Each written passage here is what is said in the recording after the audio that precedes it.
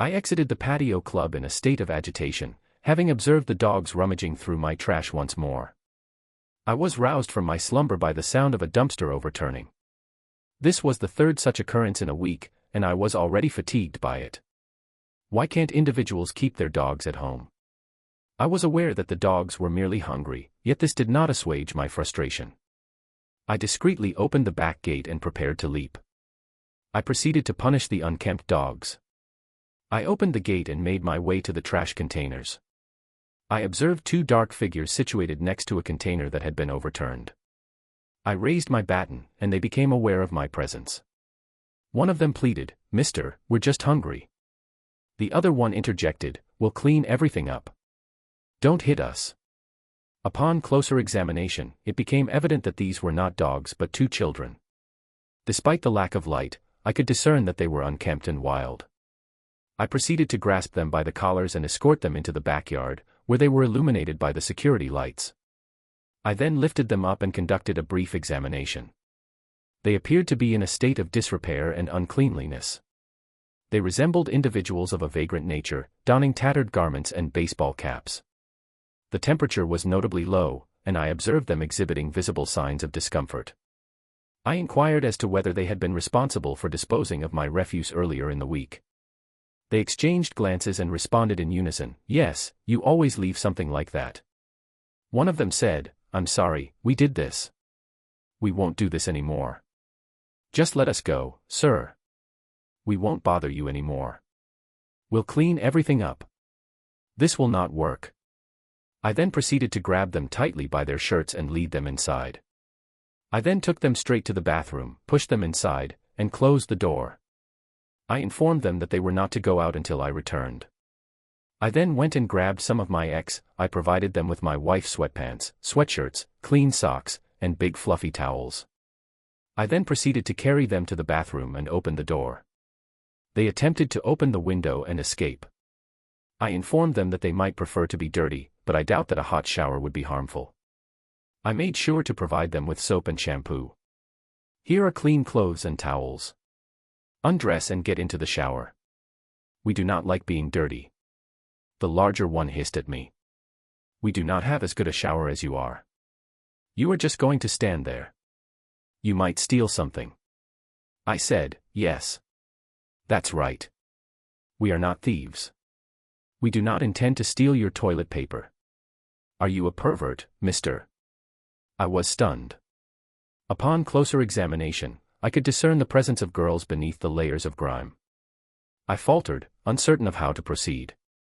"I was unaware that you were girls. Please clean yourself, and I will bring you something to eat. Come to the kitchen when you are cleaned up, and I will feed you." A tray of vegetables, a sandwich with pastrami and dill pickles, and a portion of chicken were distributed between two plates, each containing 3 pieces. A generous portion of potato salad was added to each plate, along with vegetables and a selection of dill pickles. A pastrami sandwich for each of them, accompanied by chips for me and them as well if they so desired, would constitute a rather satisfying dinner. I was optimistic that they would appreciate the combination of mustard, mayonnaise, and cheese on their sandwiches. I became aware of the sound of the bathroom door opening quietly and a whisper being uttered outside. Subsequently, the kitchen door opened, and 2 individuals of remarkable beauty entered the room. They possessed long, dark, black hair, olive skin, the greenest eyes on earth, slightly almond-shaped eyes, high cheekbones, and the most adorable noses. They were a striking pair. The 2 girls appeared to be in their early teens, possibly around 11 or 12 years old. It was interesting to observe them in Brianna's clothes, as she is a tall girl, while they were quite petite. They had rolled up their sleeves and trouser legs, giving them a somewhat disheveled appearance. I invited them to sit, and asked if they liked Coca-Cola. Cola or juice or milk? They both requested milk. I introduced myself as McKay North and proceeded to pour milk into a glass, placing it on the counter in front of them.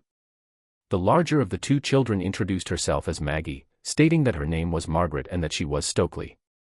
She inquired as to whether they could truly consume the entire quantity of food. I informed her that they could have more if they desired, and suggested that sandwiches might be a suitable option. I also stated that I would prepare food for them the following morning, noting that I would not be cooking at 2 a.m. No, that's good. Thank you, Stokely said. Maggie looked at me suspiciously. What do you want from us? We don't engage in any unseemly activities, I replied. I'm not either, I added, laughing. If any of you have any designs on my virtue, you will be disappointed. We are not available to young girls, I said. I could tell they didn't appreciate my use of the term young girls. They commenced eating with great haste. I advised them to slow down, as they were consuming the food with the voracity of wolves. I informed them that the chickens had been killed and that the potatoes were moving with remarkable speed. This information elicited a brief period of mirth, but their rate of consumption slowed. I then inquired about their residence. I was informed that there was an unoccupied house at the end of the block. Maggie added that they had procured a mattress and that we are concerned that drug addicts may move into the house once it is empty. We are unsure whether we will be able to sleep in a warm, clean bed tonight. I inquired as to whether they would like to sleep in a warm, clean bed today. They regarded me with suspicion, but I was not offended. I laughed. I have 3 free bedrooms. They are also free, but you understand what I mean. They laughed nervously. We have no money. Stokely stated that they were unable to provide compensation. They explained that they collect tin cans but spend the majority of their income on food. I clarified that I was not requesting payment from them.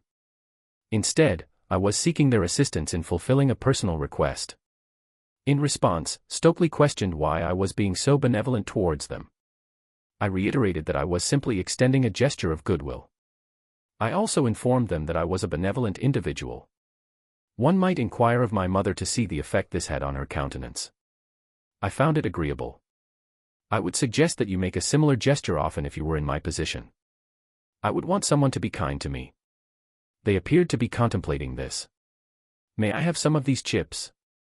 Stokely inquired. I thrust the bag into their hands as they ate their sandwiches. I finished my sandwich, and they drank milk.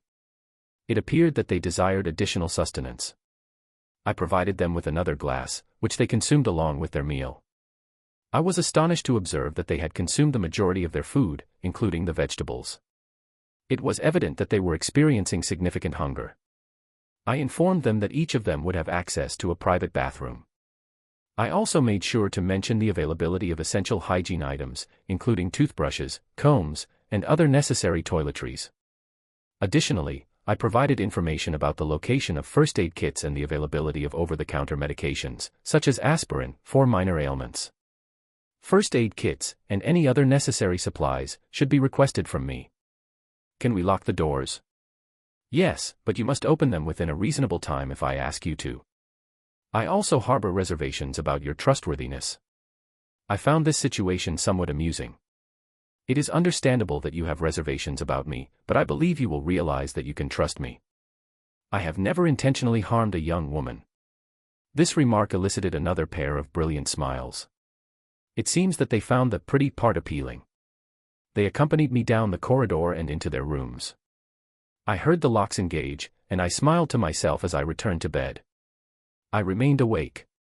For a considerable period of time, I was uncertain as to the circumstances surrounding these girls. I was compelled to ascertain why they were accessing my personal refuse, why they were unaccompanied, and the whereabouts of their familial relations. I was resolved to obtain answers the following morning.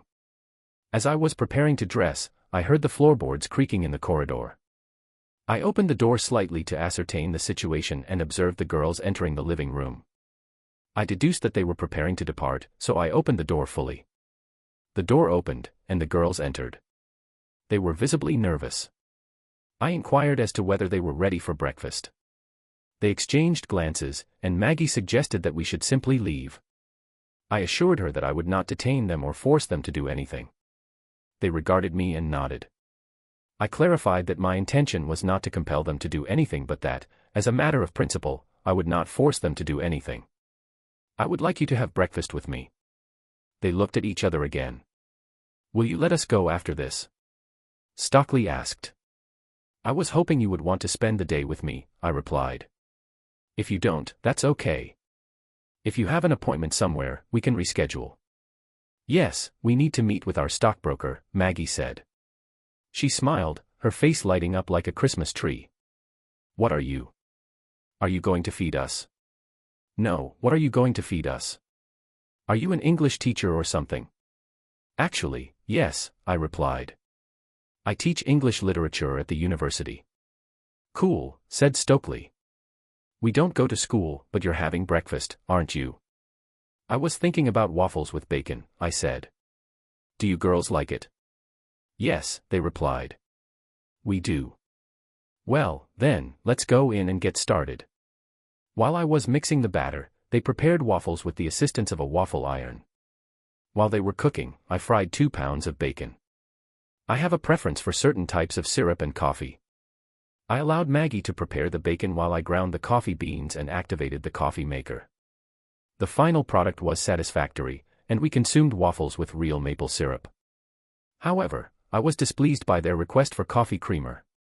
I intend to retain some for future use. For the Barbarians and Brianna, the vanilla cake was a particular favorite. We ate all the bacon, and they each ate 3 waffles. I advised them that they would gain weight rapidly if they did not change their eating habits. They both laughed, and the sound was extremely pleasant to my ears. They then drank the milk as if they were hungry calves. My pantry was in need of some replenishment, so I asked about Maggie. I inquired as to the nature of their distress. They informed me that they were searching through the refuse of others for sustenance. We proceeded to the living room, where they proceeded to relate a tragic tale. Their father, a mechanic by trade, lost his job at a young age and subsequently turned to alcohol and violence against his children. Their mother subsequently divorced him, and they have not seen him since. The economic situation in Detroit, the city, was in a state of complete disarray. The economic situation in Detroit was dire, and it was challenging for residents to secure employment. Their mother was employed as a taxi driver, but on one occasion, she picked up a passenger who turned out to be a violent criminal. The man stabbed her with a knife for the few dollars she had, leaving her to die from her wounds. The children were subsequently placed in foster care, and the owner of the house they were subjected to relentless harassment, which compelled them to flee their home and live on the streets for 3 months. Their last name was Steele, and they were consumed by a pervasive fear of freezing to death, being raped or killed, and facing the imminent threat of starvation. I sat in silent contemplation after they concluded their narrative. I was profoundly moved by their experiences. I am compelled to inquire, how many other individuals may have endured similar circumstances? It became evident that such situations were not uncommon. I was curious as to whether I could provide assistance and, if so, how I could be of help. It appeared unlikely that children's services would permit them to reside with me, as a single male with 2 young girls in his care might be perceived as a potential risk. I was also aware that it would be unwise to involve social services. Mac, are you married? Stokely inquired. I confirmed that my former partner had decided that I was not ambitious enough. She is a highly successful lawyer who has traveled widely and has no desire to marry. He responded with a laugh, indicating that he considered her to be a commendable individual. He did not accuse her of infidelity and they remained on amicable terms. They had both come to the conclusion that they had made an ill-advised decision to marry at such a young age. He then inquired as to her age, to which she replied that she was 28. In response, he stated that he was 11 and she was 13. Will you do today? What are we going to do today? I corrected her. Yes, what you said. We're going to talk. He proceeded to lick them with his tongue, eliciting a hysterical response from the children. Despite their best efforts, they were unable to dislodge him from his position. I informed him that he should lie down, and he did so, albeit somewhat reluctantly. The dog's legs were notably large. Stokely laughed, stroking the animal's head. He inquired about the breed of dog in question. He is striped like a tiger, I replied. This is a bull mastiff. I've heard of such a breed, he said. They call it brindle, and that's why it's that color. He does appear to have the potential to bite our faces off, Maggie said. He is friendly with my friends, I added. He sees you sitting in. The dog's demeanor is friendly, which is why he is amenable to humans. If he were to perceive a hostile or aggressive attitude from a human, he would likely become defensive and potentially aggressive himself. However, given that he has formed a positive association with the humans in this situation, he will not tolerate any displays of aggression or hostility directed towards them. If I were to express anger towards the dog, he would likely respond negatively. The dog demonstrates a strong attachment to the humans in his life and displays a high level of care and concern for them. Stockley, in turn, demonstrated a willingness to lie down on the dog's lap. She then proceeded to wrap her arms around his neck, allowing him to lick her hand. "I love him," she stated. "He is so wrinkled and cute," she continued. "Does he live in the garage?" "No, he lives in the house," I replied. "Yesterday, he became ill, and I placed him outside to prevent him from vomiting within the house." "Why did he become ill?" she inquired. "He ate something," Stokely responded. "It would be inadvisable for him to eat," I said. "He has a proclivity for chewing on sticks, consuming insects, and ingesting detritus he discovers. It is unclear what other substances he may ingest. He appeared to be in good health today." "Disgusting," Maggie exclaimed. "He licked my face," I replied. "Yes, he is quite the character. I have decided to tolerate him. He could be your companion as well, if you allow it. We should take him for a walk." I took his leash and Maggie expressed a desire to lead him, noting that he essentially leads a person with a leash. She remained a few yards ahead of Stally and me, being pulled along. Stokely placed her hand in mine, and I observed her as she smiled at me. She appeared to be in good health. She held my hand, and her complexion became slightly rosier, though she did not release my grasp. We proceeded on foot for approximately 2 miles, and by the time we returned, my grandmother was visibly out of breath and had produced a considerable amount of saliva. The temperature was quite low, yet he persevered. We consumed more coffee and conversed for the remainder of the day. Eventually, I inquired as to whether they would permit me to assist them. "What can you do?" Maggie inquired. "I am unsure." I informed them that I could speak with Brianna, who is a lawyer in a different capacity. "Perhaps she will have suggestions." "Is this the same?" Maggie inquired. Maggie is not an I in this context. I advised her to cease referring to her as such. "Do you trust me?" They regarded each other and then returned their gazes to me. "I believe you are very." He was kind to us. I suggested that we call her to ascertain whether she would be amenable to coming over. I said that you would like her, and that you should give her a chance. Brianna was otherwise engaged, but said that she would come over for dinner. Bree is a tall, attractive woman with red hair. She is very attractive, but she never realized it. I could tell that the girls were impressed when she walked in. She kissed me until my toes curled and I was unable to. Her toes curled and she embraced both girls. "You replaced me," she said, winking at them. "No, Bree, you're irreplaceable." You know, I joked that she was really pleased. I informed the girls that we were still friends and that we were friends with benefits. We still had great sex together, sometimes once a week or more. Sometimes she would come. She would remain with me for approximately a week, during which time we engaged in sexual intercourse on a near-daily basis. She lacked the time to maintain a relationship with a husband, and it seemed unlikely that she would ever marry again. She expressed affection in her own way, and I reciprocated. However, despite our compatibility in other respects, we were incompatible in terms of marriage. We enjoyed a close relationship as sexual partners, but when we married, we began to argue. The new girlfriends were clearly taken aback by the dynamic between the two women. Maggie and Stokely exchanged pleasantries, and Bree made it clear that she was aware of the potential dangers posed by this man. Stokely, however, seemed unconcerned, pointing out that he was not currently an enemy of Maggie's. He went on to explain that he ran a successful business, which could potentially be a source of conflict with others. A large dog, identified as Grand Will, emitted a snoring sound in protest. Bree knelt down and hugged him. She then inquired about his feelings regarding her absence. He rolled his eyes but was unable to lift his head. Bree then asked Mac about her intentions in inviting him. "He is an excellent cook, and if you can motivate him, I believe he would be willing to prepare lamb chops." Maggie commented that we have never had anything like this, and I replied that I was eager to experience it. However, I inquired about the significance of this event. We had dinner, and I informed Bree that we lacked expertise in legal matters. The girls are orphans. Their father may be alive, but his whereabouts are unknown. He abandoned them, and their mother was killed. They were in foster care, and an individual unknown to them initiated sexual contact with them.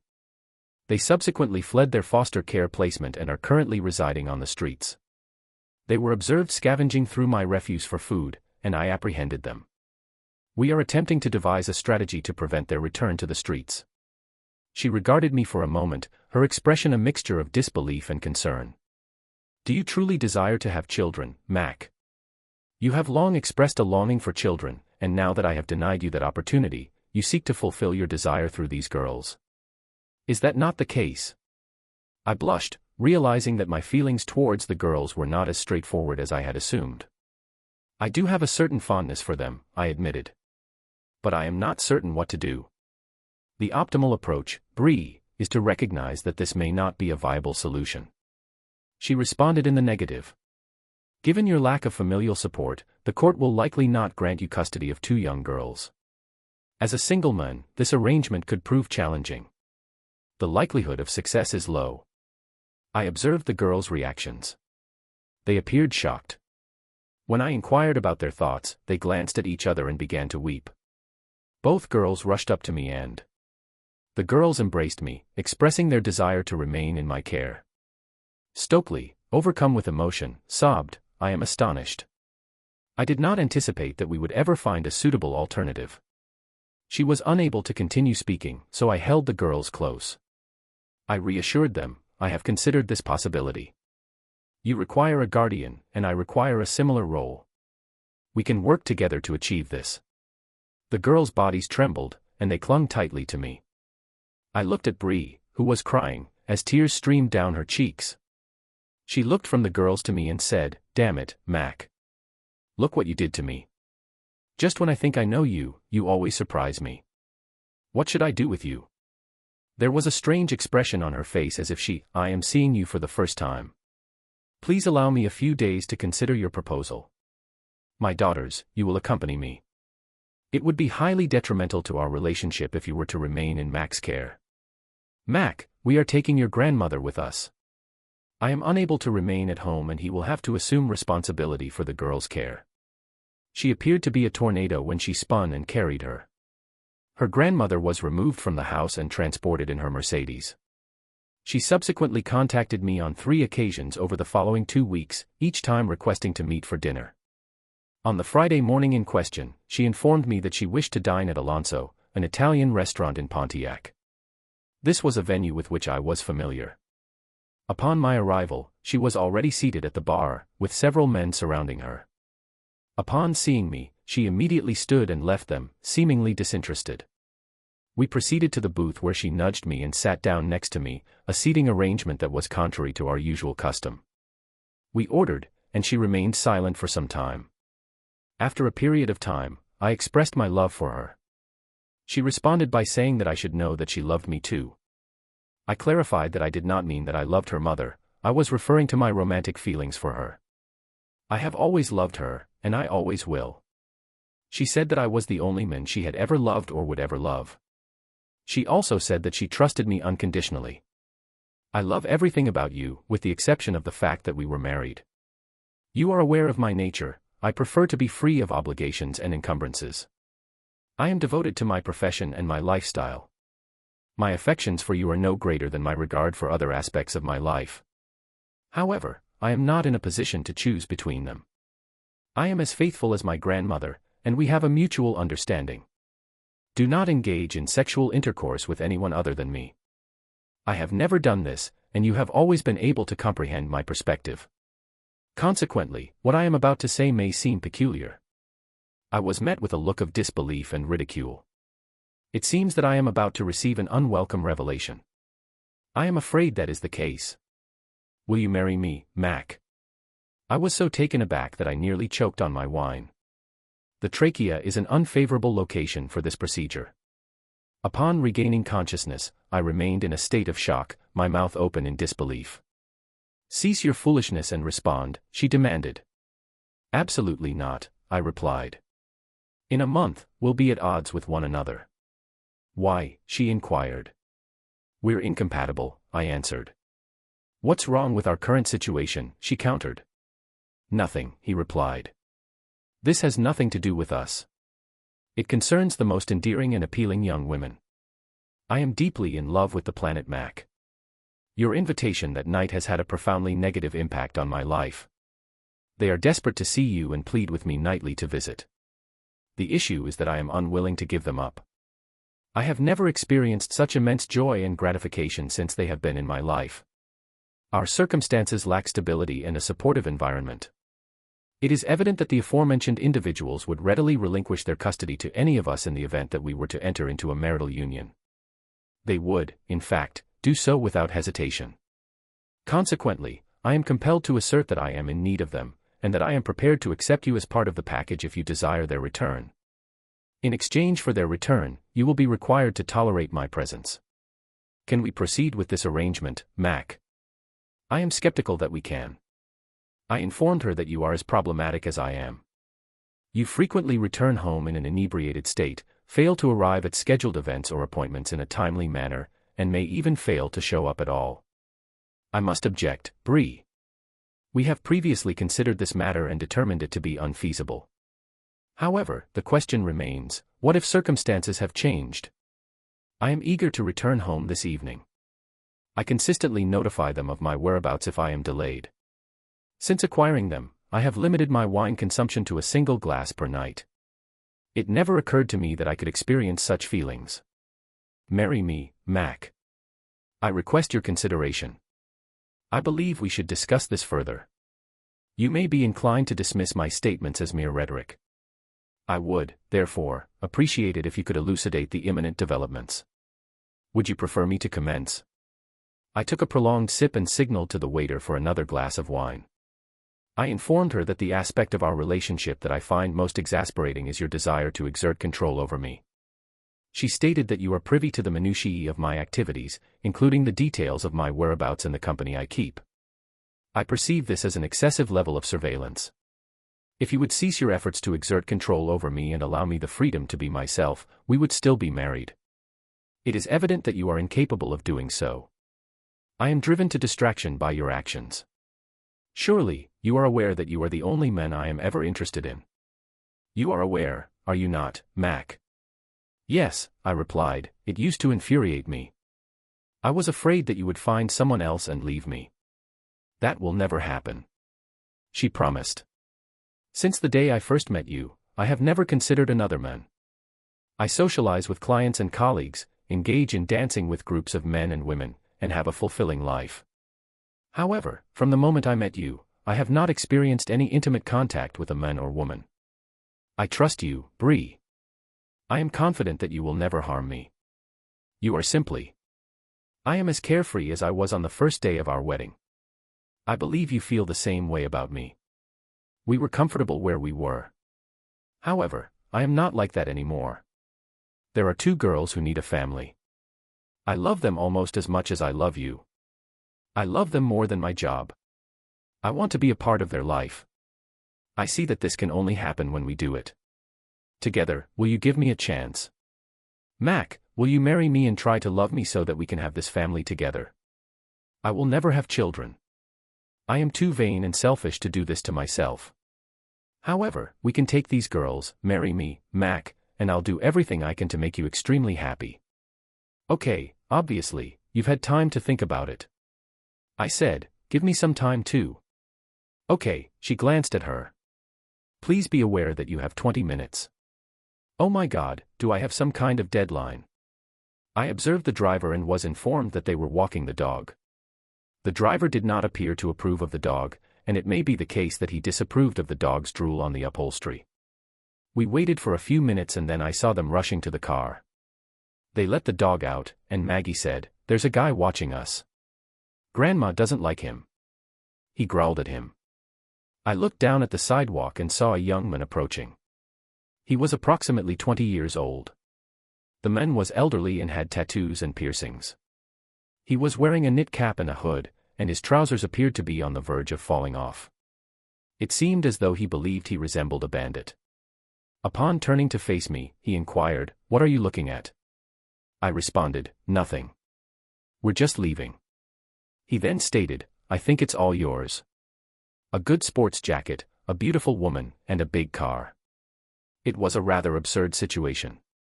I was 8 years old, considerably taller than him, and likely 100 pounds heavier. Additionally, I did not possess a protruding abdomen. I advised him to move on, indicating that he was not a suitable match for me. I informed him that my dog was not fond of him. He approached to within approximately 4 feet, but I was not intimidated by his presence. He then inquired about my financial resources, reaching beneath his jacket to the top of his trousers, where I observed a metallic object. I responded by kicking him in the chest, causing him to recoil and fall back. He was armed with a firearm. The man's trousers fell to the ground, and he landed on his back. Maggie's grandmother's leash was lost when the man jumped. He was quick to protect his face with his hand, and I heard the sound of bone breaking as his forearm was broken. He screamed, and his grandmother tore the sleeve of his hood. I instructed him to stand, but he pulled down his sleeve and sat down next to me. The man was writhing on the ground, and I proceeded to walk over and assume a kneeling position adjacent to him. My grandmother was positioned next to me. I instructed him to take it, and he did so. I then informed him that he had jumped forward, causing the individual in question to freeze in place. "I believe you are in." I then provided him with further clarification, stating, "I think you're an idiot." He nodded slightly, his face frozen in fear. I then instructed him to say it, but he did not respond. He began to bite Grandma. I then informed him that he had not answered my question. He screamed slightly, and I observed blood running down his neck as the large fangs tore through the skin.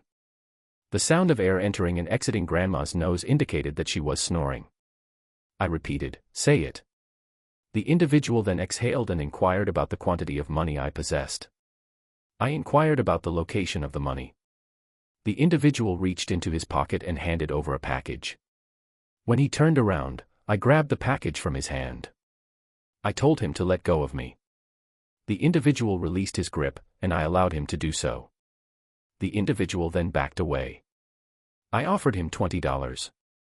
I informed him that I would send him to Yard Head Start. I advised him to run with haste, and he did so, albeit with a lack of agility. He proceeded to ascend approximately 15 feet before his trousers fell below his waist. He then stumbled and jumped up, pulling up his trousers with his dominant hand as he ran. I advised him that he required a belt. I then turned to the girls and I were rendered speechless. I proceeded to kick the firearm into the storm drain. I then inquired of Bree, what was the first to unfreeze. I then informed him, "You're a nasty son of a gun. You're not to be messed with." I then directed a request to Mac, "Remind us not to make you angry." The girls then rushed to me, and I embraced them. I then uttered, "Oh my God, Mac Stokely." He whispered into my chest, "I thought this guy was scary. You did it and didn't even break a sweat. Thank you. You did this for us, didn't you?" Well, no one messes with my girls. I informed her that he had left her a small donation for her college fund. I handed her the check, which she then counted. She discovered that it contained $700. It is likely that he has committed further crimes against other members of the public in the recent past. She shared the money with Maggie, and we proceeded to enter the vehicle. I turned back for a moment, embracing Maggie, and became aware of the approach of a van. I informed her that I was aware of this fact, and Bree had previously informed me that the vehicle contained some of our belongings. I raised an eyebrow in question, and she replied in the affirmative. I have a tendency to take many things for granted. She let out a hearty chuckle. Max stated, "Yes, we will get married again and keep you with us. I am confident that you will be proud of us, and I am certain that you will not regret this decision." "We are aware of your feelings on the matter," Max Stokely inquired. "I was in a state of shock," Bree replied. I attempted to offer my input, but I was unable to verbalize my thoughts. "Are you coping well, Mac?" His carefully ordered world is suddenly and dramatically transformed. Everything in his house is pristine and in perfect condition. He may find women's undergarments hanging in his shower, books mixed up, and drink rings on the coffee table. Such a state of disarray would undoubtedly be distressing for him. One is left to ponder how he manages to coexist with Granville. It would seem that a great deal of affection is required to ensure that crumbs are not an issue. Might we be capable of such a feat? Maggie responded with a laugh. She was uncertain as to whether they could manage it. "I don't know how we'll do it," she said. "Oh, he loves pretty girls," Bree assured them. "All you have to do is bat your eyes at him." If he is lashed at, he will melt, although he will be angry with me. This will make me angry, and you girls will have to love us for it. I groaned. I had not actually agreed to any of this. I said, Bree behaves like a normal hurricane and simply sweeps us off our feet. Do you love Bree Stokely? I was asked. I replied, yes, I love her. On the other side of the city, I attempted to elucidate the situation. However, it was evident that we all needed to be together to achieve this. Maggie posited that they all found this statement amusing, and I was compelled to join in their mirth. The notion was absurd. How could I possibly lose control in such a manner? As it happens, Brianna has taken the reins of my modest investigation into assisting girls, transforming it into a comprehensive. The marriage and adoption scheme was a poorly conceived plan that ultimately led to the unraveling of the couple's domestic life. Upon reaching my residence, I immediately informed Brianna of my concerns. I was met with a flurry of activity, as movers began transporting a vast quantity of belongings into various rooms. To my surprise, piles of women's clothing began appearing in Maggie and Stokely. From where did you procure all this? I inquired of Maggie as she hastened past. Bree had taken us shopping on several occasions, and she replied, disappearing into her room. Bree emerged from my room and said, God Mac, you should never discard any of your belongings. You have items that you possessed when we were married. I am discarding these items because I require additional drawers and closet space. I hastened to rescue my school jacket with letters from the trash. Stop, I shouted, these items cannot be discarded. If I did not want them, I would not have kept them. Have it, damn it. This is my home, and I will throw your corporeal form out if you do not cease your actions. She extended her head and presented me with a penetrating gaze. Corporeal form, she snorted. She then grasped my jacket sleeve and pulled me into the bedroom. It appeared as though a cyclone had struck in one motion. She then locked the door, removed her dress, and leaned over, placing her hands on the bed. I was rendered momentarily breathless. She was not wearing any undergarments. We engaged in sexual intercourse the following morning. I slept until 10 o'clock. At 10 o'clock, I proceeded to the shower. By the time I had shaved and showered, I began to feel vaguely human. Bree was still sleeping, her flame-colored hair falling in her face as she lay on her stomach. Her posterior was particularly impressive. I entered the living room, where I observed Grandma asleep and drooling over a pile of my best shirts. I then consumed a glass of orange juice. I offered him a glass of orange juice and a bun. I then informed him that he could leave this scene of destruction. He raised his head, rolled his eyes, and rose to his feet with a groan. We proceeded to the backyard, where he proceeded to engage in the activity in question. He then returned to my legs, where he lay for a period of time. I soaked up the sun, feeling as lazy as a big, fat lizard. It was a very warm day for this time of year. The door opened, and Stokely emerged with a glass of milk and a bun. Hello, Angel, I greeted her. Hello, Mac, she replied, closing the door behind her. She lingered for a moment, then proceeded to the glider where I was seated. Is there enough room for me? She inquired. I shifted to accommodate her, and she settled onto my lap, placing her feet on the empty space I had vacated.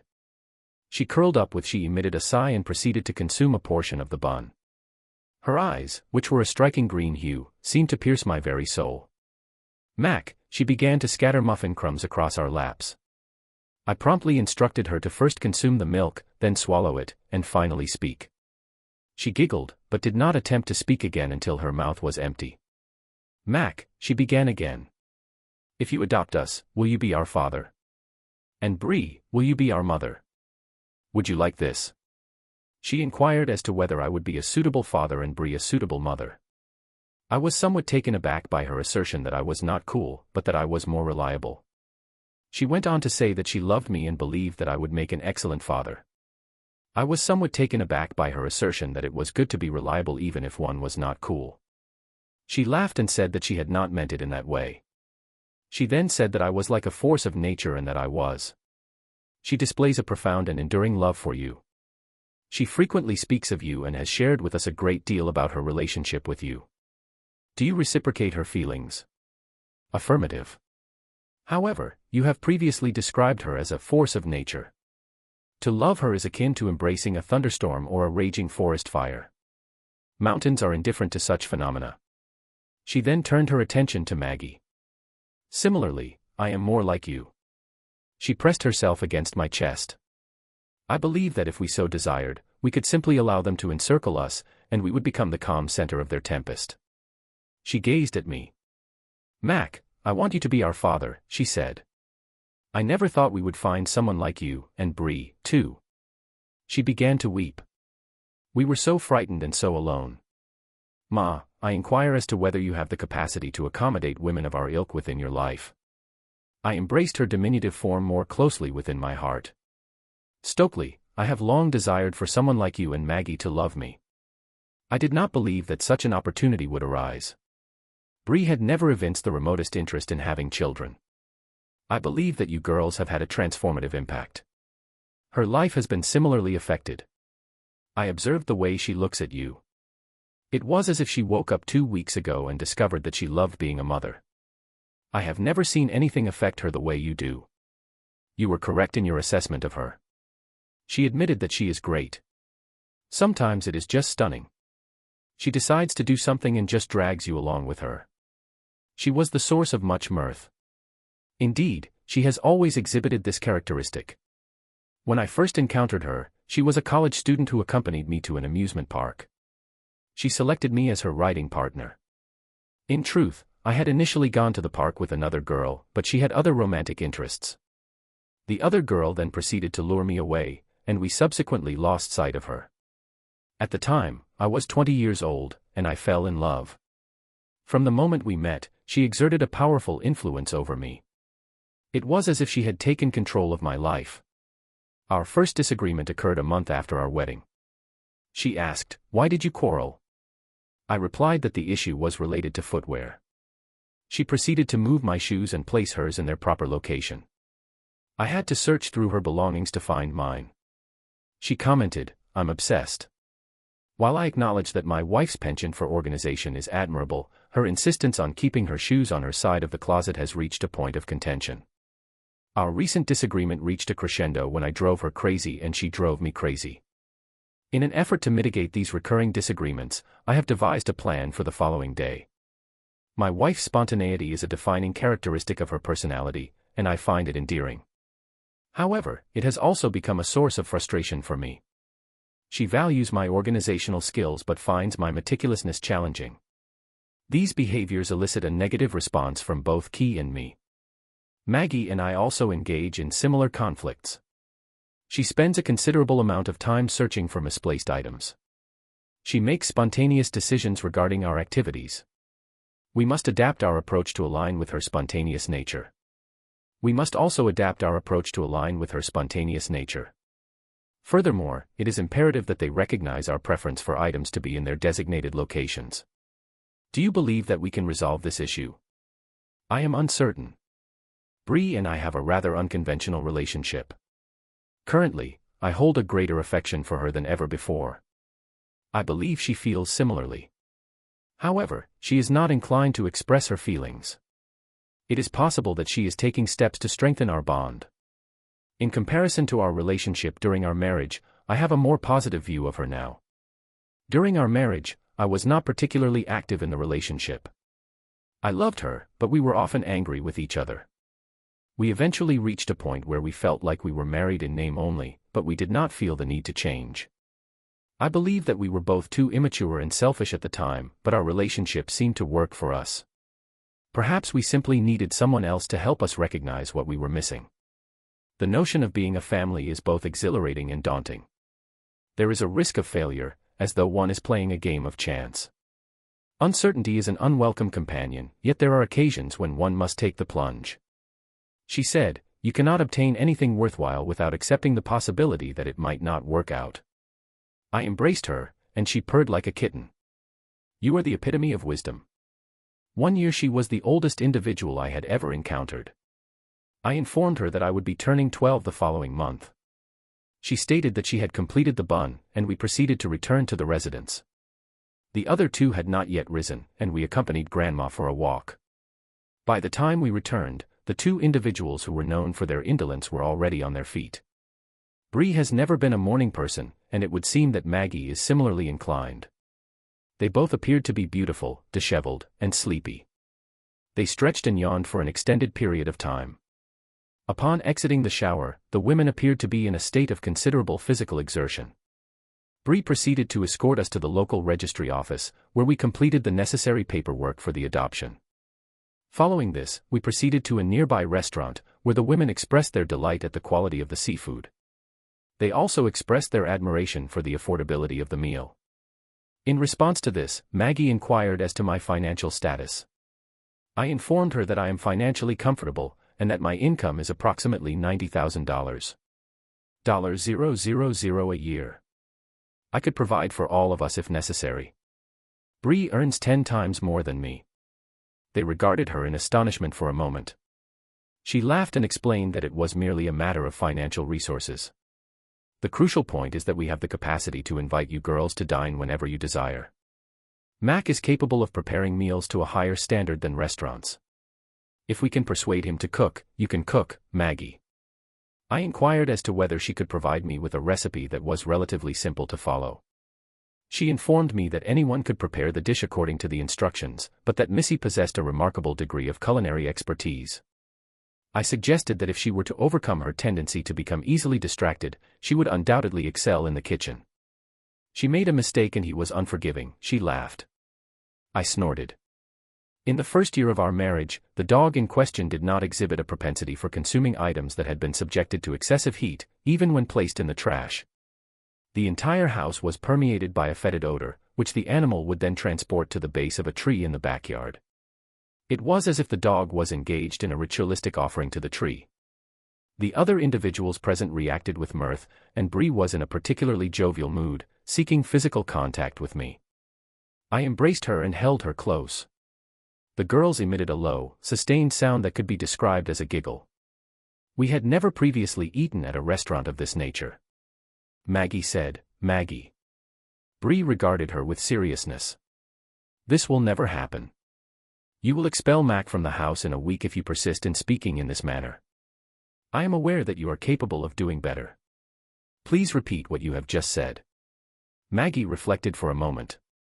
We have never eaten at a restaurant of this nature, she said, her tone triumphant. At my nod, we proceeded to elucidate the manner in which we converse. We articulated that we had merely fallen into the habit of speaking in a manner akin to that of the majority of individuals in our vicinity. We attended the same educational institution until the demise of our mother. We attained commendable academic performance, as evidenced by our transcripts. Bree asserted that we would undoubtedly flourish. Despite our origins in Detroit, we exhibited a distinct degree of sophistication.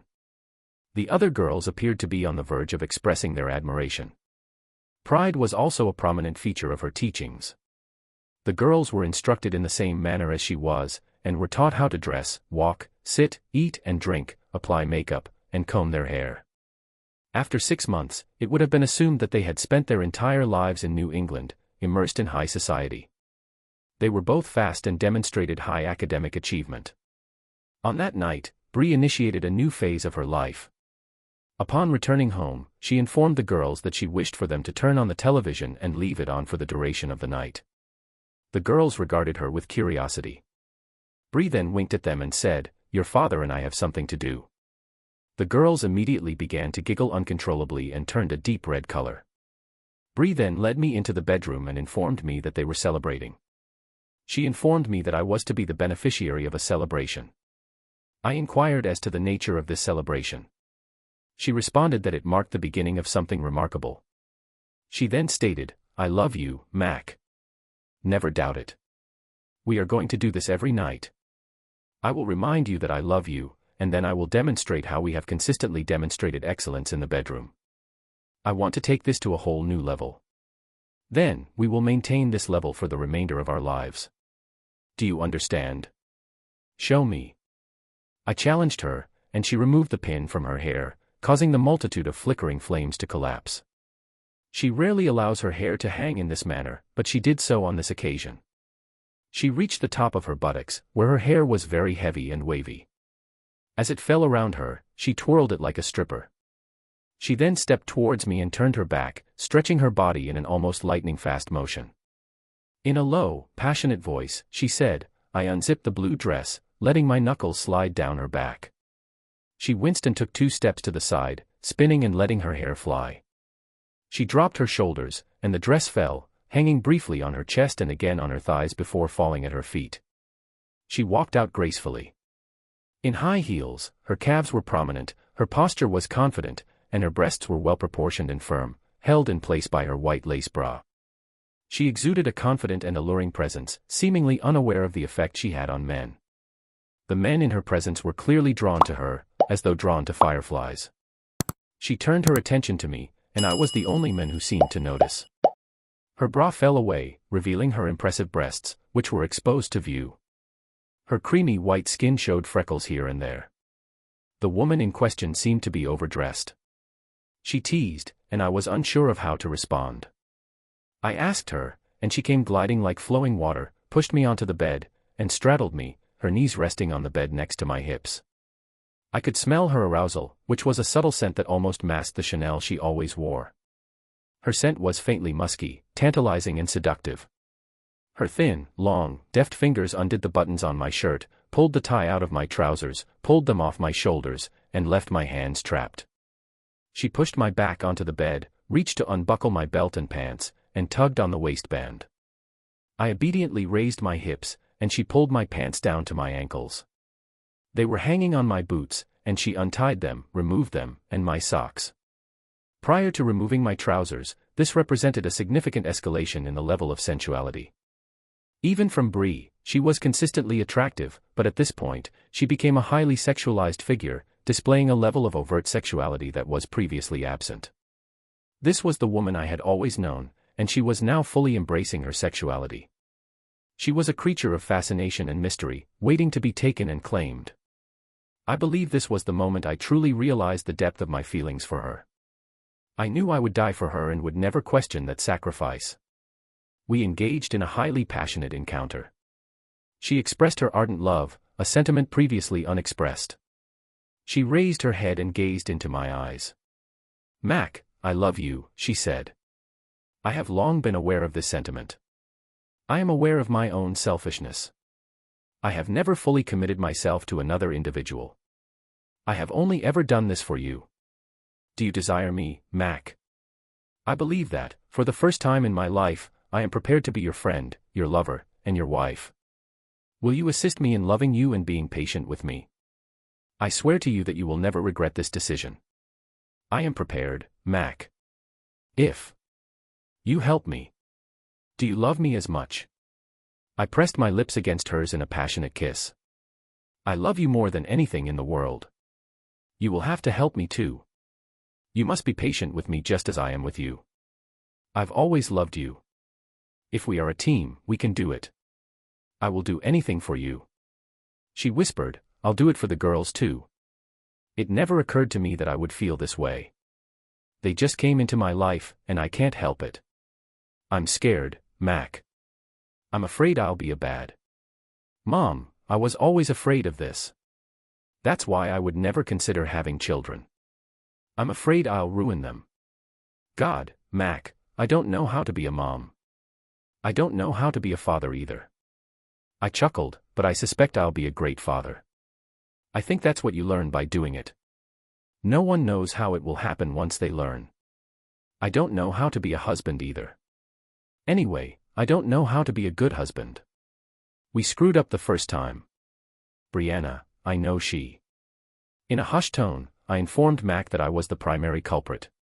I acknowledged that I still exhibited childlike tendencies, despite my current maturity. I pledged to strive for growth and development. At one point, I embraced her, and we fell asleep. When we awoke, they engaged in a shared shower, giggling like children at school. After they dried off, she proceeded to put on her pajamas. I inquired about her actions, noting that we would soon have guests. She replied with a smile, suggesting that I should also dress appropriately. I expressed my reluctance, citing my lack of motivation to rise from bed. Consequently, I simply pulled on my boxers and a t-shirt. After approximately 10 minutes had elapsed since our initial repose, we were roused from slumber by the sound of knocking at our door. Upon opening it, we were greeted by Bree, who informed us that Stokely was waiting outside. The latter proceeded to enter the room, and upon catching sight of us, her demeanor brightened considerably. She then proceeded to traverse the room with haste, approaching us with a certain urgency. Unfortunately, she had left the door ajar, and a tiger-sized ball of fur also joined us, lying across our legs and emitting low, contented growls. After approximately 5 minutes had elapsed, Maggie joined us, and we engaged in an impromptu wrestling match with Grandma. Due to his dentition and salivation, he emerged the victor. We then proceeded to wrap him in a blanket and remove him from the bedroom. We were able to isolate ourselves from him and troop and return to bed, where we engaged in physical affection for approximately half an hour. The girls subsequently expressed their hunger, and we proceeded to the dining area for breakfast at 2 o'clock. Postscript. 1400 hours. Bree announced that we had an appointment, though she did not divulge the specifics. Instead, she transported us to the municipal court. I inquired as to whether we had business at that location. She replied in the affirmative, stating that it was the most challenging case of her life. She then led us inside and into one of the courtrooms. The magistrate was present, and he inquired as to whether we were prepared. I then asked Bree if she was ready for what was to come. She knelt down and retrieved a box from her purse. "Mac, will you marry me again?" she requested. "I pledge that our union will endure until our demise. I am aware that we made this vow previously, but you are aware that I have always cherished you and desired to be your wife. You are the sole man I have ever loved or will ever love. Please, Mac, accept my hand in marriage." She had our wedding rings, along with her own, placed in a box. "Brianna, are you certain?" "I have never been more certain of anything in my life." "Anything in my life," she said. "Girls, help me. He is so stubborn." "Yes, please." "Ma," they both begged. "Bree really loves you. We want to be a family. We love you too. We love Bree." How could I resist? It took about 10 minutes, and it was done. Bree took us to a new Greek restaurant. She knew she was going to celebrate. I saw my life unfold before my eyes. Bree was the most gorgeous woman in the world. She was my wife. She was in my bed. Every night, 2 stunning daughters who will quickly become beautiful women were present. Could we make it work? Only time would tell. It took us approximately 1 month to obtain custody of the girls. Bree worked tirelessly to make it happen. When it did, they were the happiest girls on earth, and we were the happiest couple. Bree sold her apartment, and we lived in my house. I was concerned that Bree and I were getting on each other's nerves. The newlyweds experienced a brief period of marital discord approximately 3 weeks after their nuptials. Bree had gone to dinner with a client and neglected to notify her husband when she returned home. She was met with 6 accusatory gazes. Stokely picked up the phone, and Bree's eyes betrayed her understanding. She opened her mouth and began to weep. She proceeded to gather her family on the couch and knelt before them. In front of us, she began to sob. She apologized profusely, stating that she had simply forgotten to call. She promised not to make the same mistake again and asked not to be angry with her. She did not guarantee that she would not make the same mistake again but stated that she would inform her assistant to remind her. She explained that she had been preoccupied with finishing the meeting and returning home. She asked for forgiveness from Stokely and Maggie Emack. She expressed remorse and apologized to Bree. She had apologized on numerous occasions throughout her life. This marked the advent of an entirely novel relationship between us. We both endeavored to ensure each other's happiness, and the girls were invaluable in assisting us at times. It appeared that we were akin to children, while they were the adults. We did experience minor disagreements, but I have never been happier or more content in my life. There was a private school on campus where I taught. Bree enrolled the girls in the school, which was located nearby. They accompanied me on the daily commute, and we developed a close relationship during these trips. They engaged in frequent discussions with me, and their enthusiasm for life was a source of great joy to me. When classes ended, they promptly returned to their rooms to complete their homework, which typically took a couple of hours. After they finished, we took Grandma for a walk. We began preparing dinner at 5 o'clock. If we ate at home, Brianna typically returned by 6 p.m. If she was going to be late, she called in advance. On those evenings, we typically went out to eat. When Maggie turned 16, Brianna inquired about her preferences for the occasion. She informed us that she wanted to obtain her driver's license. She studied and practiced for 2 weeks and passed the examinations on the first attempt the night before her birthday.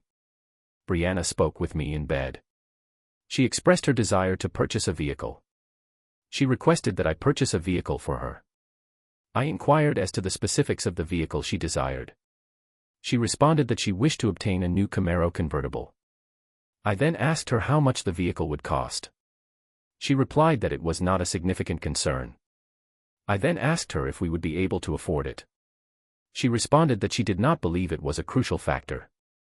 I then stated that I simply wished to be informed of the financial aspects. Brianna kissed me and apologized for her previous actions. She then informed me that she believed we could obtain the vehicle she desired for approximately $60. I whistled, indicating my admiration for the automobile's size and cost. Despite these factors, I considered Brianna an admirable individual. She smiled, acknowledging my compliment. Their lives had been marked by unfortunate events. We decided to prioritize positive experiences moving forward. We proceeded to order a vehicle, a bright yellow automobile with numerous black stripes and a black interior. Despite my reservations, we opted for a large V8 engine. Brianna believed it would retain its value better, and her assumption proved accurate. Regardless, I anticipated that she would become overly excited about the vehicle. When it arrived, we parked it in the garage. When it was time for school, the girls rushed to the car. Their bags in hand, they followed me to the vehicle. Brian was in the garage, and I had not yet unlocked the doors. Stokely said, "Let us in. You won't be going with me today." I replied, "You drive the car, Maggie." "Mom isn't going to work," she said. "She's leaving," I said. "Then what will I ride?" she asked. I pressed the button to open the garage door. I directed my attention to the garage door opener. I suggested that she might drive. She appeared to be in a state of shock. Her eyes widened, and she seemed unable to move for a minute. Then, she began to cry. Her eyes became even wider, and tears rolled down her cheeks. She trembled like an aspen leaf. I exited the vehicle, and Brianna ran down the driveway. Upon reaching the driveway, I embraced Maggie, and Bree joined me. I inquired about the recent developments. "We had assumed that you would be pleased to receive the vehicle, which we presented to you on your birthday." However, she was unable to convey her thoughts effectively due to her emotional distress. She buried her face in my chest, and I held her and stroked her until she calmed down enough to talk. Stokely joined the group, and we finally got Maggie to talk. She expressed that she did not need a car, and that the gesture was overwhelming. She stated that she loved us all very much and that receiving a gift was too much for her. She also indicated that she did not want us to have to buy her things. Stokely and I have already discussed this. Regarding this matter, it is not necessary for us to receive any gifts. What we truly desire is your continued love and affection. Brianna attempted to console her, reiterating their profound love for her. They both expressed that their love for their daughters surpasses all else. They also conveyed that having their daughters in their lives is a dream come true. However, they also mentioned that they enjoy purchasing gifts for their daughters, despite their financial constraints. "We earn a considerable income to purchase items for our daughters. We derive immense joy from making you happy. This is one of the ways we demonstrate our love for you. It may not be a grand gesture, but it is a sincere one. It brings us immense happiness to give you things." Stokely was also in tears. I kissed them both on the cheeks and let them go. I told them, a particularly impressive automobile was presented for their consideration. They allowed themselves to be led to the garage, where I opened the door for Maggie and Brianna. Stokely was invited to occupy the passenger seat. As she placed her hands on the steering wheel and regarded me with a smile, her countenance brightened. I informed her that the vehicle suited her. I instructed her to start the engine, and the large V8 engine began to rumble. They were visibly excited. I closed the door and knocked on the window. She lowered it, and I kissed her again. I told her I would see her at school. She drove out onto the street and stopped. Bana and I stood nearby. As I observed the interaction between the daughter and her parents, the daughter's door swung open, and she exited the vehicle and rushed into our embrace, kissing us repeatedly. She then stated, "I love you so much, and thank you. You are the best parents on earth." She proceeded to enter her vehicle and the parents departed. I then turned to Brianna, who was visibly emotional. I turned to Brianna, who was crying profusely for reasons that were not immediately apparent. Tears were also flowing from my eyes. I observed that it seemed as though there were 3 of us, rather than just the 2 of us. "That was a truly excellent idea, Bri. You are an incredible woman." We embraced each other for a considerable length of time. I had a strong feeling that this would be the case. Despite the lateness of the hour, I was not concerned when Stokely reached the age of 16. We presented her with the same vehicle, and although the occasion was not particularly emotional, it was a noteworthy event. We accompanied them on a trip to Hawaii, and when Biz graduated from high school, Maggie was already in college. By the time Stokely commenced her studies at the university, I had returned home to discover Brianna was observed to be in a state of distress, seated on the couch.